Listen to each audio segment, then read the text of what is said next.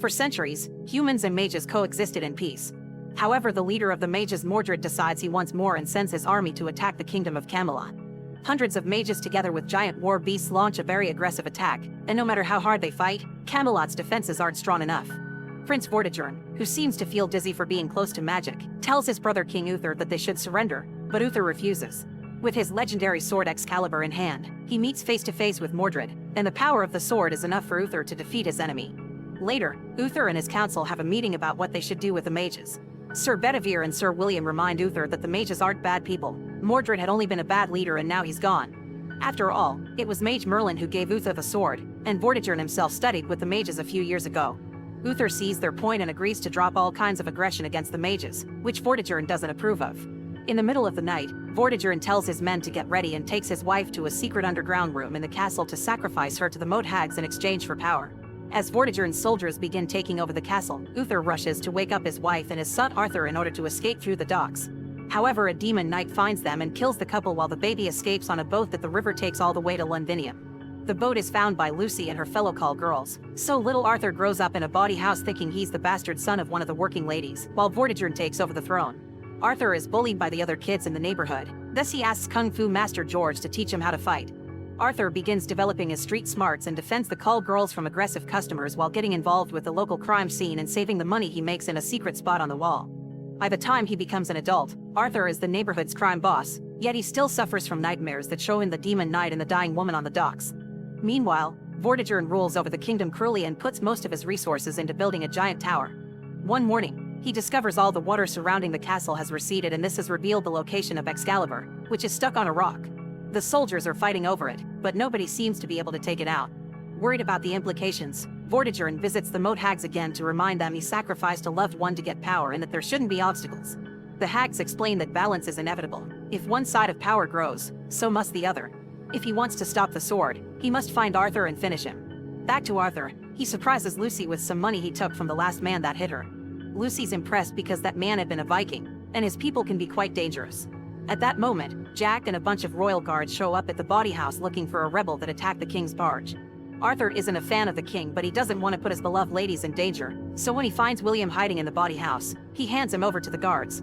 Then Jack asks for a private meeting with Arthur and his childhood friends Tristan and Backlack, wanting to know what's going on. Arthur explains he took money from the Vikings because they messed with Lucy and George, then he pretends his team didn't actually use violence.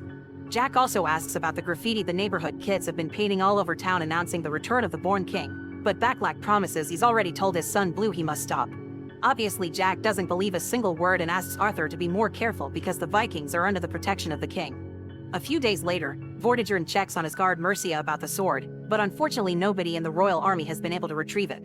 Mercia is worried because every day the rebels get stronger and the people dislike Vortigern more and more.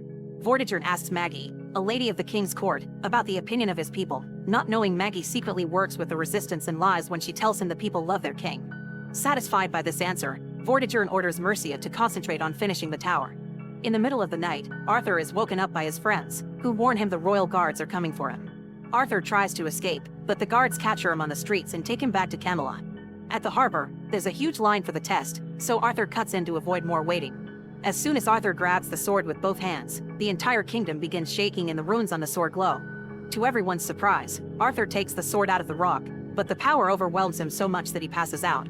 Later, Arthur wakes up in a cell with Vortigern. The king explains that the sword proves Arthur is Uther's son, but Arthur denies it, saying he's just a call girl's bastard that doesn't want anything. However, Vortigern has already sent his men to investigate the bawdy house and found Arthur's hidden money, which means he does have ambition and he's a threat to Vortigern's throne. Meanwhile, in the rebels' hideout, Rubio brings a mage to see Bedivere. This mage has been sent by Merlin to be Arthur's guide, but she needs Bedivere's help to get to the castle. Moments later, all the people in Camelot gather around the castle to see the born king. Vortigern wants to use this chance to get their respect through fear, and Arthur must play along. If he doesn't surrender the power to Vortigern, then his guards will kill Lucy. When they appear in front of the public, Arthur is given the chance to grab Excalibur and defend himself, but Arthur turns it down to protect his working girls. Arthur is called a disruptor of peace and he shall die for the sake of the kingdom. When the guards are about to kill Arthur, the mage sends an eagle to stop the guards and makes all the horses and dogs go crazy. The crowd begins running away and the guards concentrate on protecting the king, giving Bedivere and the rebels the chance to rescue Arthur and retrieve Excalibur. As the working girls take the chance to escape, Arthur runs away with the rebels and the mage while fighting the guards in the middle of the chaos. 2 rebels are killed in the process, but this allows the group to get away safely by jumping into a river. Eventually they reach the rebels' hideout, where Arthur is surprised William escaped arrest and is here too. Bedivere and William explain that Arthur's neighborhood has been torched and he can't go back. They also want to see what he can do with the sword. Arthur pretends he doesn't want to fight before he begins to easily beat some rebels up. When it's William's turn, Arthur grabs Excalibur with both hands and his mind fills with visions, causing him to pass out again. Hours later, Arthur is woken up by the usual nightmares because the mage is doing a ritual to understand the sword. This time the nightmare shows his younger self handing the sword to Uther, which explains the scars he's always had on his hands. The mage tells him he's resisting the sword and Arthur denies it, saying he isn't the legendary king they want. However, he accepts to give this a chance when the mage points out she can get rid of the nightmares. Afterward, the mage asks Bedivere to take Arthur to the Dark Lands. Arthur is dropped at an island, where the mage tells him he must reach the tower and touch the altar stone with the sword. Arthur isn't too worried because he thinks it'll be just like camping, but after he's left alone he learns that the island is full of terrifying creatures. This forces him to use the sword more to defend himself, killing any monster that gets in his way. After a few days of raw survival, Arthur reaches the top of an old tower and puts the sword on the altar stone, which immediately glows and scares all beasts away. The magic takes over Arthur's mind and shows him the full memory of the night his family died. The demon knight killed the queen, so Uther went after the knight with Excalibur. During the fight, Uther dropped his sword and little Arthur handed it back before his father told him to run. Little Arthur jumped on the boat and let the river guide him as he closed his eyes not to witness his father's death. Excalibur fell on the back of Uther's body, transforming him into the stone that took the sword down into the water. The demon knight took off his magical veil and revealed his identity to be Vortigern, who planned this whole thing on purpose. After the vision, Arthur passes out and he must be rescued by Bedivere and the mage. Arthur realizes that the island tower is the same as the one Vortigern is building in Camelot, and the mage explains Vortigern will become as powerful as Mordred when he finishes it. That's why the sword showed up now. Bedivere points out it was Vortigern who started the war against the mages in the first place. He made a deal that he would share power with Mordred if he killed Uther. Mordred accepted, killed the Mage King, and took the royal staff to the tower to unlock the dark forces. However, Merlin stole the staff later and made Excalibur with it, using it to destroy the tower. Then he gave Excalibur to the Lady of the Lake, who bound it to Uther's bloodline. When they return to the hideout, Arthur's friends are waiting for him, and they confirm their neighborhood has been burned down by Jack and Mercia while looking for him. They managed to rescue the working girls and a few friends, but most people ran away. This makes Arthur furious and he decides he'll kill Vortigern as revenge. Afterward, Arthur introduces his friends to the rebels and they begin making a plan. William wants to meet with the barons from the most important families in the kingdom to ask for their support, but Arthur refuses. He points out those posh lords would never accept him as a leader for being a poor guy with no education, and it's important for the rebels to be the ones in charge. Instead, Arthur proposes to lure Vortigern out of the castle and make him come to Londinium by hurting what he cares about the most, the tower. They begin by sinking the barges carrying the supply of stone and blocking up the river.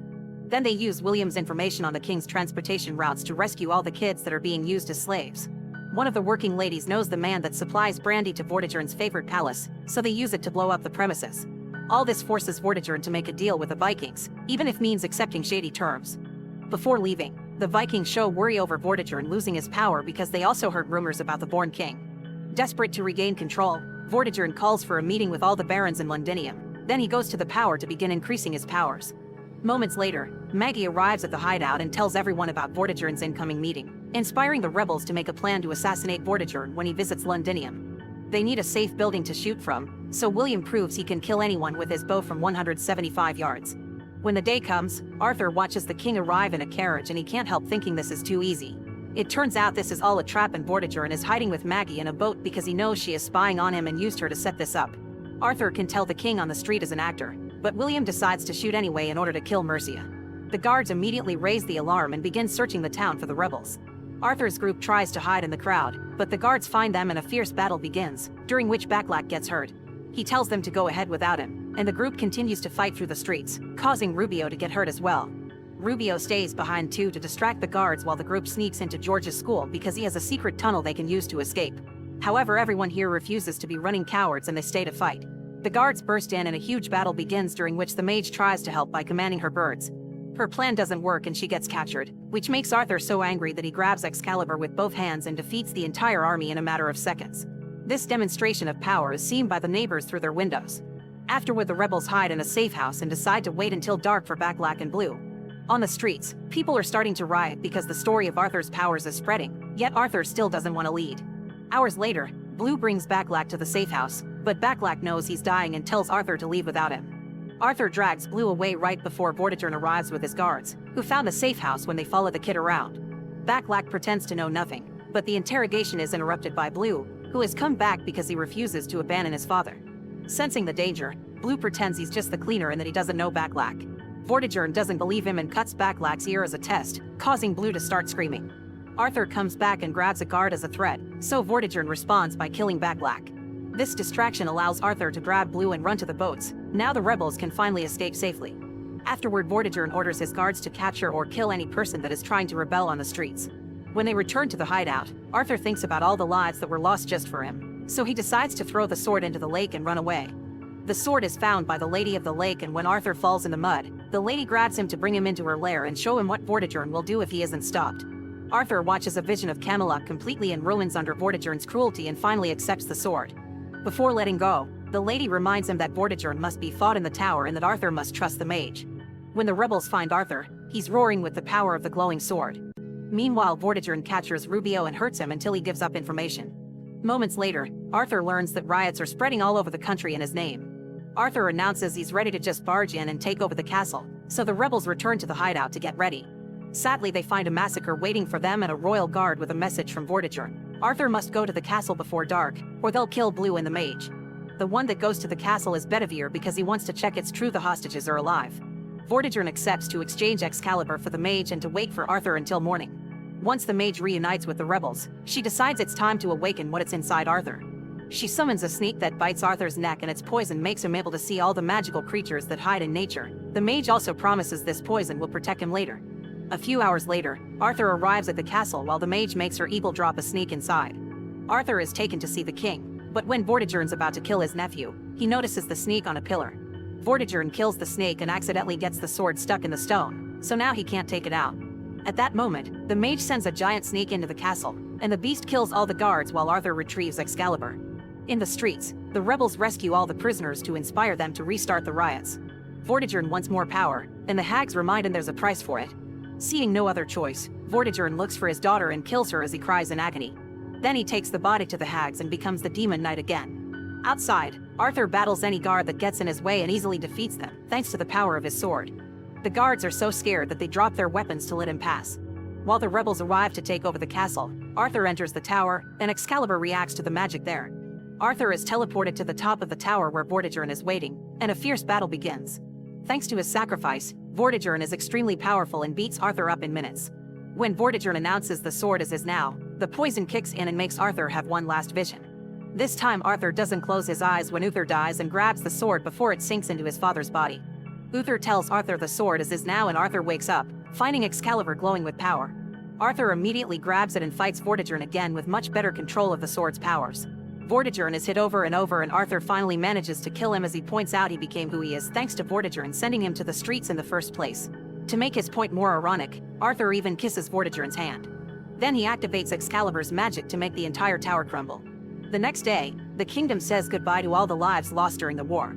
Afterward, Arthur shows his team the round table he's chosen for their meetings and asks Bedivere to knight his friends. Lastly, William himself knights Arthur, making him the official king. Sometime later, the Vikings show up to ask for their part of the deal, threatening with war if they don't get what they want. Arthur isn't intimidated and reminds them of his power, causing the Vikings to kneel and accept him as the new king of England and an ally.